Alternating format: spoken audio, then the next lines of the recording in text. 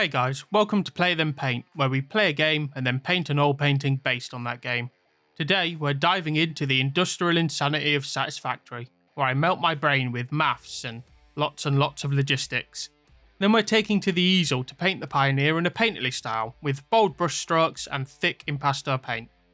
Today's subject is suggested by me, because this game is taking over my life.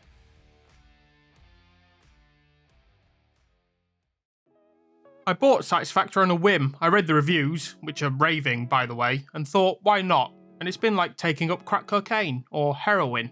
At this point it's just an addiction. So what do we do in the game? Well, a lot of maths. Let me give you an example.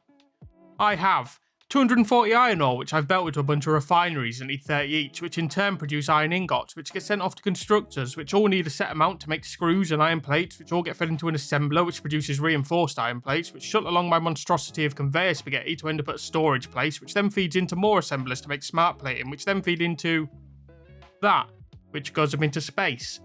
I think I just had an aneurysm.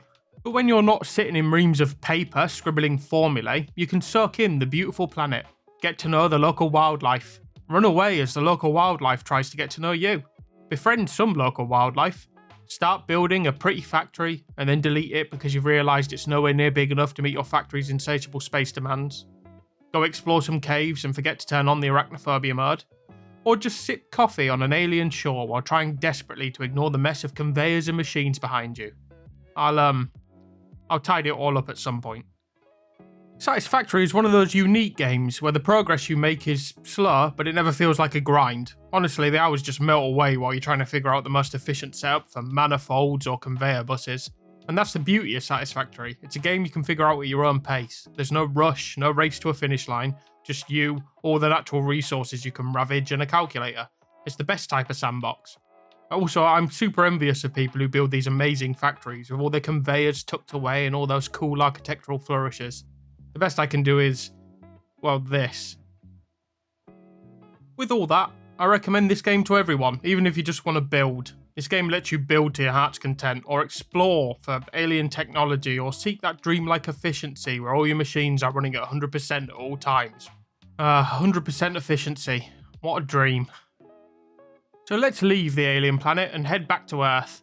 Lizard dogger. A brush, if you please. There's no thumbnail for this painting, as I'm working from a screenshot, so all I've done is simplify the helmet. Like, simplify it a lot. Because my plan is to try and get it to look as painterly as possible, while keeping the character of the Pioneer recognisable. Think of it as the Fix-It Helmet Mark 1. To keep it nice and loose, I'm going to use stick paint, no thinner, and confident brush strokes. I'm keeping the colour palette pretty tight. I'm using predominantly the complementary colours of yellow and blue. Today's tip. If you can, always try and use complementary colours. They're colours that sit opposite each other on the colour wheel, so red and green or yellow and blue. When placed next to or near each other, they complement, which is just artsy speak for they're really pleasing to the eye. To the palette then. Today we're using white, ultramarine, yellow ochre, lemon yellow and cadmium red. The red is just to mix with the blue to create a black and add to our yellow mix to turn it down for shadows. We're starting with an azure sky. Azure?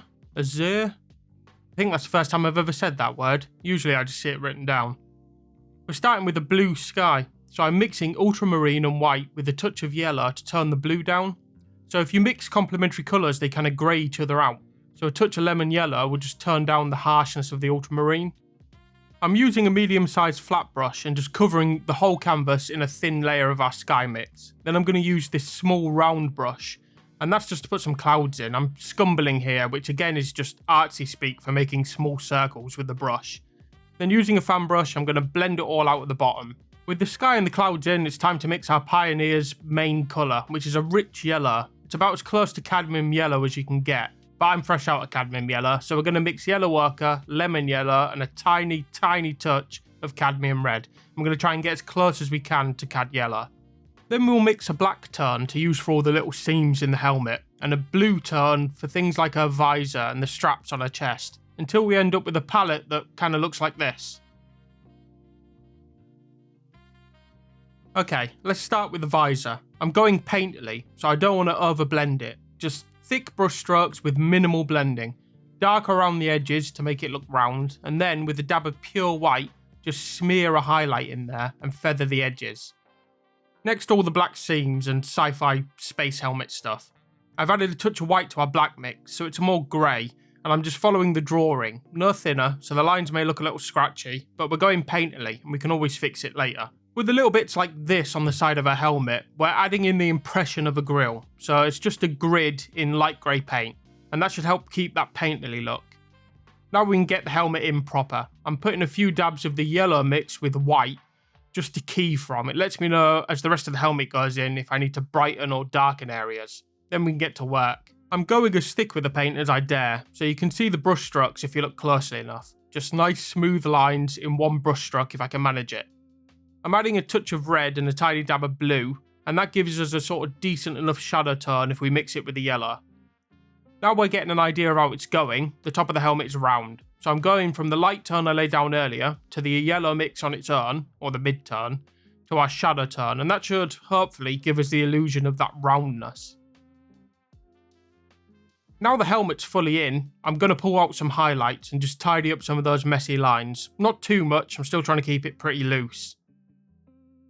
Finally, for the helmet at least, we're going to put in our torch lights with little reflections in the visor and then some dots of the grey mix to give us an impression of screws and little bolts and things that attach it all together. Now we can move on to the neck. This should be a bit easier than the helmet, just dark under the chin and slightly lighter as we travel downwards.